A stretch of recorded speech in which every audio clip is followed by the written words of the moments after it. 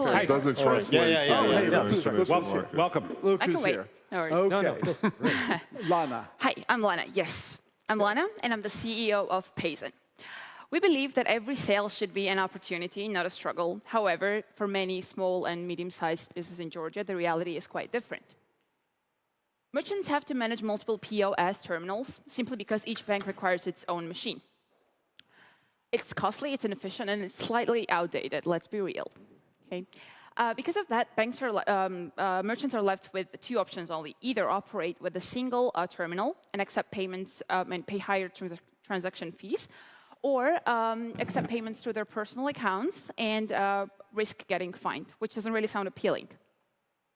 This is exactly where the PayZen comes in. Instead of juggling multiple POS terminals, we suggest to bring each bank's terminals into one single digital solution. It's 100% software-based. Therefore, there's no need for extra unnecessary hardware machines or paperwork, which is additional cost. And it's absolutely hassle-free.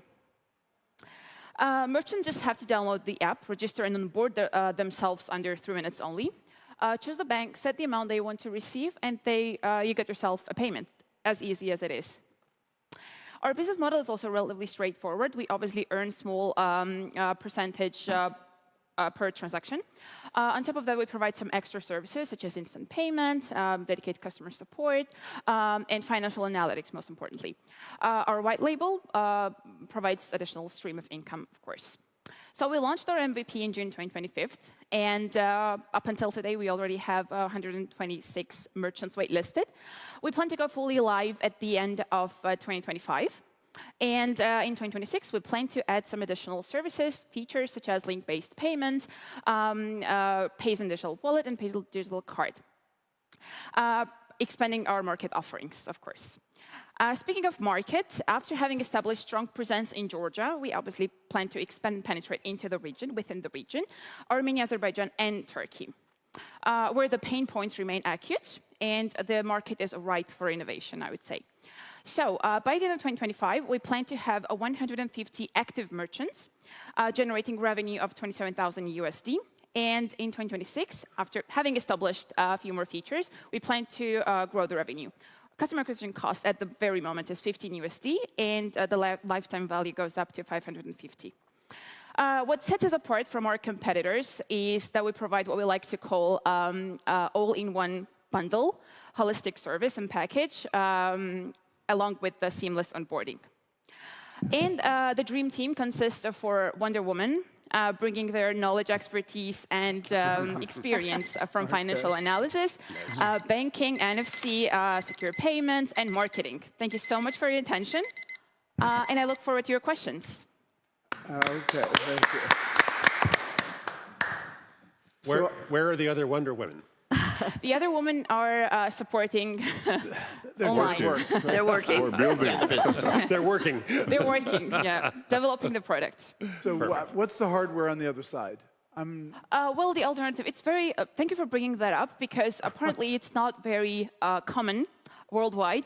Merchants now have to use a bank-specific terminals. No, I've seen that. So you have all these you have all these credit card terminals sitting there, right? Yeah. So I got that. Besides that, I think I should walk you through how the idea came to my mind. Okay. Because we all go to this local grocery stores, and you have this dilemma: either pay by cash, or they ask you to transfer money and so on. They have some fixed costs. For instance, that lady in my neighborhood pays 40 gel, which is like, I don't know, 10 to 13 USD per month, only for the paper.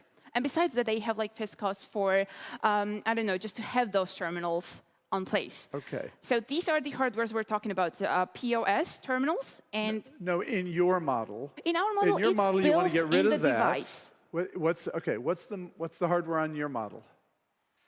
The hardware, we don't provide hardware, we provide tools. I know, yeah, but the device. Okay, how do I pay?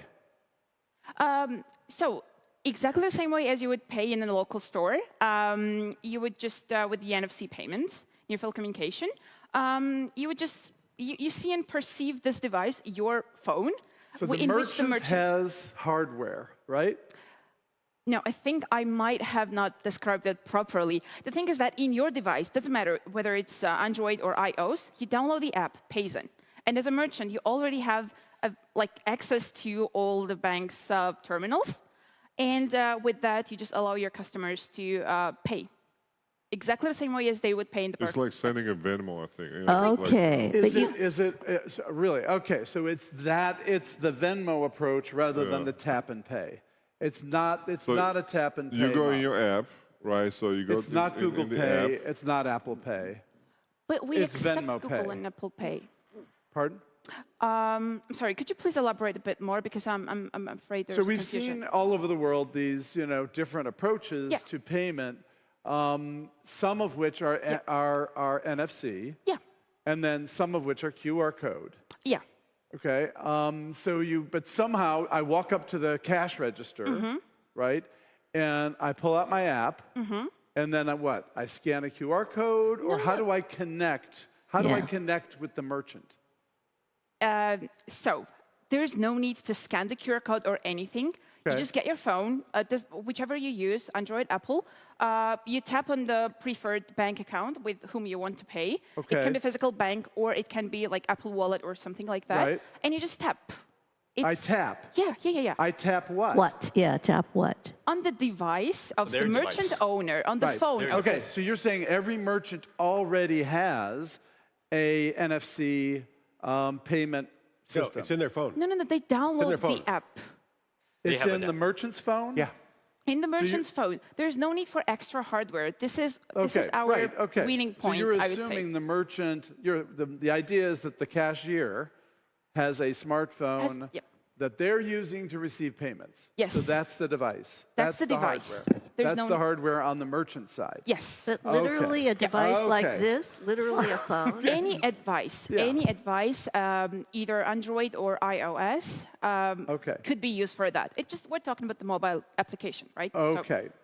So you have this is a case where a photo might have helped us get there faster. Yeah.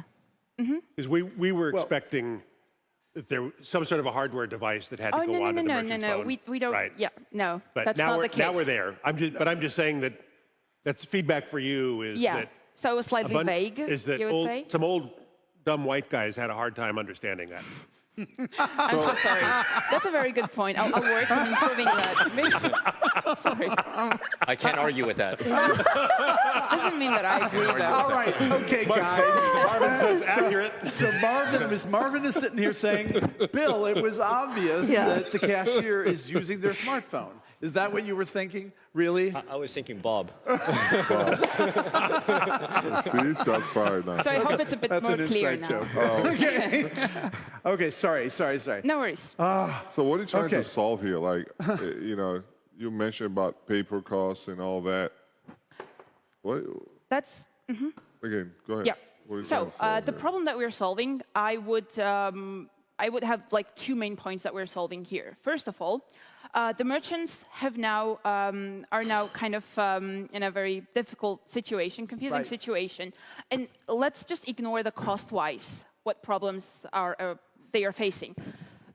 First of all, they have to own and purchase each of those POS terminals of each bank, because that's a requirement coming from the bank themselves. Right. On top of that, they have to maintain those POS terminals and so on. Right. Other than that, but is there a single merchant in Georgia that will get rid of all their POS terminals as soon as they sign up with you?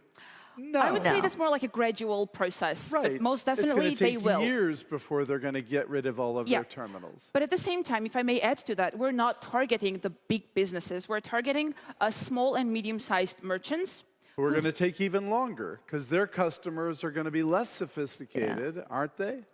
But we launched our MVP, as you can see there.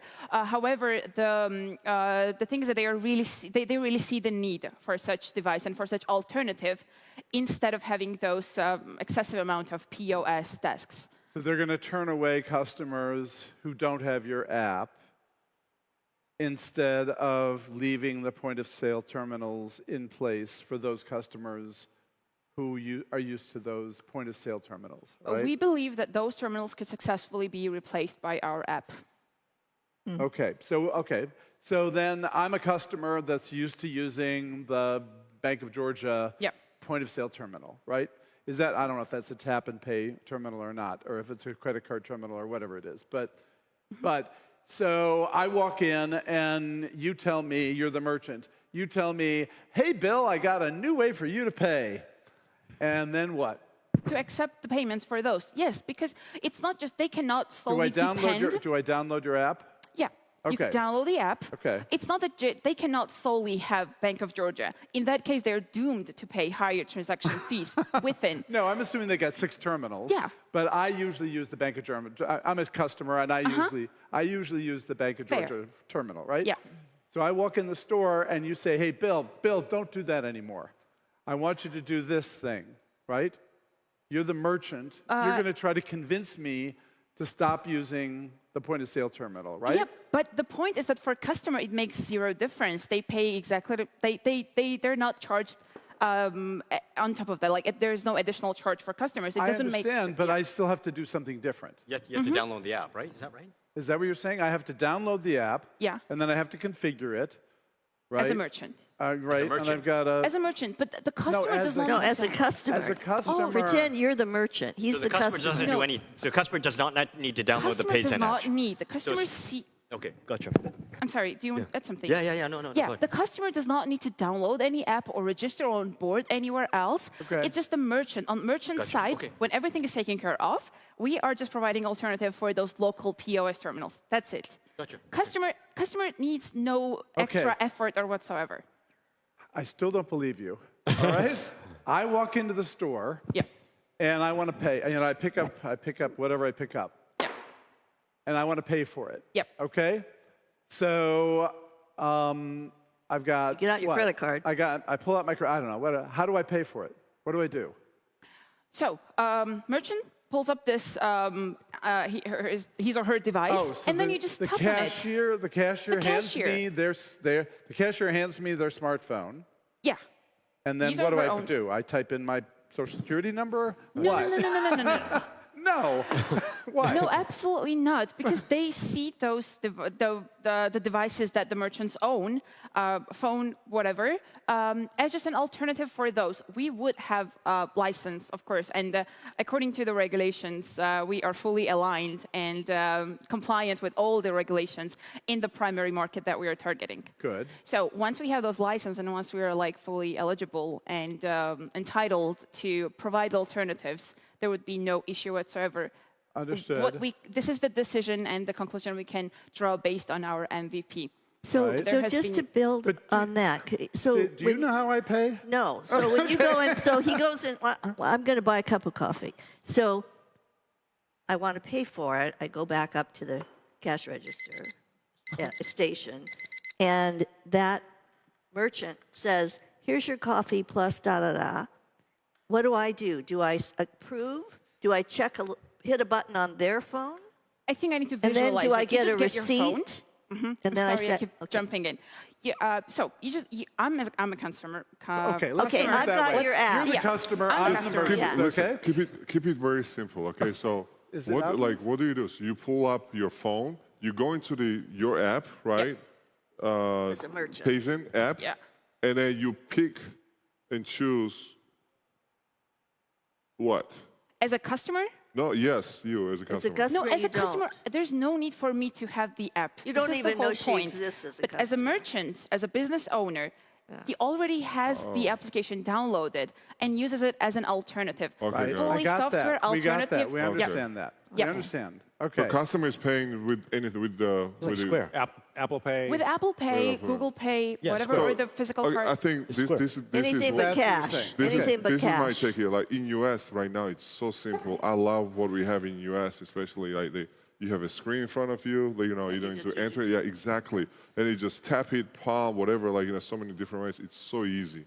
So Georgia is a little bit like I don't think maybe Georgia is not quite Well, there I yet. was assuming that there's some standard hardware that you could tap that the merchant can replace all the point of sale Wait, terminals. hang on, let's And that's what continue. this is. Let's just, Yeah, I mean, to me, I like US version. It's so much easier, right? So much easier.